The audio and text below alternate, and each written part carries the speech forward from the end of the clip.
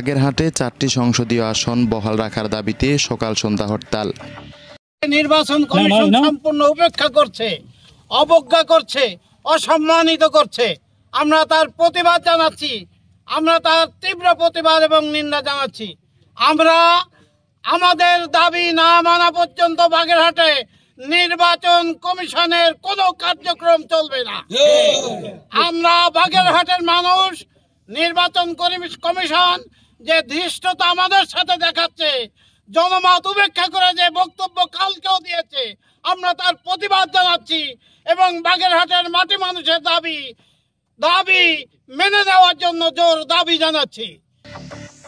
বাগেরহাট জেলার 4টি সংসদীয় আসন বহাল রাখার দাবিতে সর্বদলীয় সম্মিলিত কমিটি সোমবার সকাল সন্ধ্যা হরতালে ডাক দিয়েছে। সকাল 6টা থেকে সন্ধ্যা 6টা পর্যন্ত জেলার সর্বত্র এই হরতাল কার্যকর থাকবে বলে জানিয়েছেন সংগঠনটি। সকাল 7টার পর শহরের কেন্দ্রীয় বাস স্ট্যান্ড, দশানী মোড়, খান জাহান আলী রহমতুল্লাহ মাজার মোড়, মুন্সিগঞ্জ সেতু ও দরটানা টোল প্লাজা ঘুরে দেখা গেছে দূরপাল্লার বাস চলাচল সম্পূর্ণ বন্ধ। তবে শহরে সীমিত আকারে ব্যাটারি চালিত ইজি বাইক, রিক্সা ও ভ্যান চলাচল দেখা গেছে। হরতালের কারণে শহরের অধিকাংশ দোকানপাটও বন্ধ রয়েছে।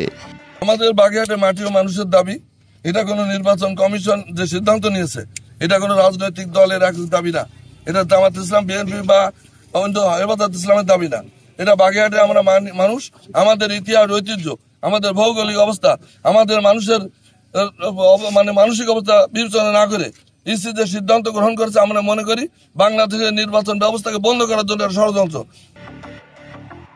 এদিকে জেলা নির্বাচন অফিসার, জেলা দায়রা জজ আদালত ও জেলা প্রশাসকের মেইন ফটকে তালা দিয়েছে সর্বদলীয় কমিটির নেতাকর্মীরা।